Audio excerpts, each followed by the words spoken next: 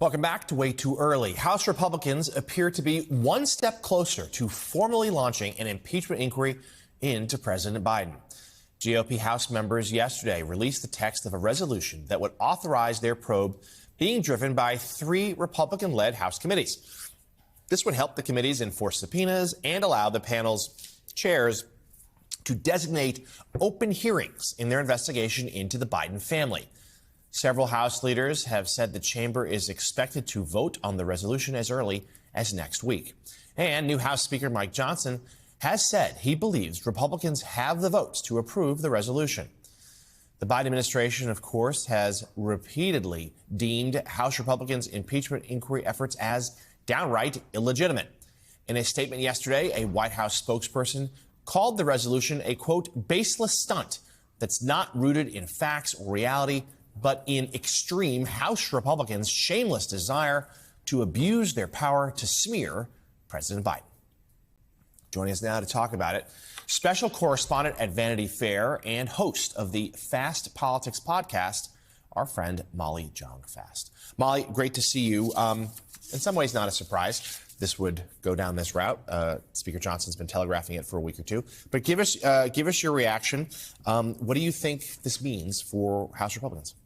Well, I think that they're going to try, and I think Johnson feels that he has to. And remember, who wants this impeachment, really? Who really wants this? Donald Trump, right? He wants to not be the only impeached president. And you see that he says that publicly, he says that privately. He's very involved in that. So I do think that Speaker Johnson has a problem, right? He has to placate Trump. And he serves at the pleasure of Donald Trump. And he has that job, right, because he worked on that tort to try to overturn the 2020 election.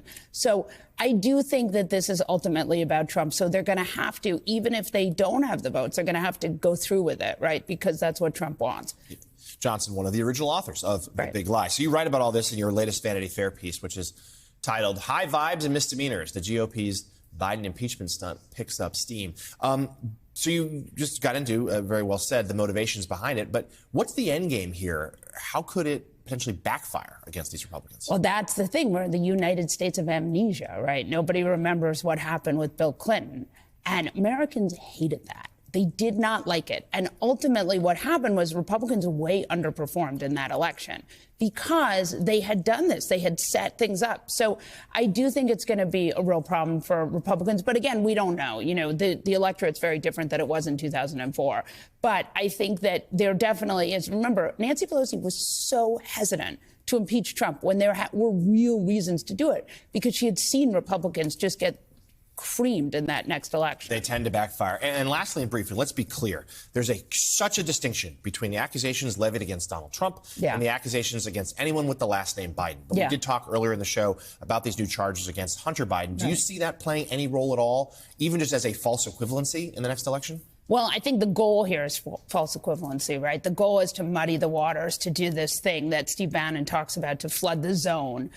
Again, I think that people are so baked in. I think it would be hard to convince a swing voter that Biden world has anywhere near the level of corruption that Donald Trump does. Remember, Donald Trump has 91 criminal counts, and he is in and out of court for the next year. So I think they would have to work really hard to muddy the waters. But again, this is such a partisan environment. Who knows? And let's be clear, Hunter Biden not running for office. Right. Special correspondent at Vanity Fair and host of the Fast Politics podcast, Molly Jong-Fast. Thank you. Have a good weekend. We will talk to you again soon.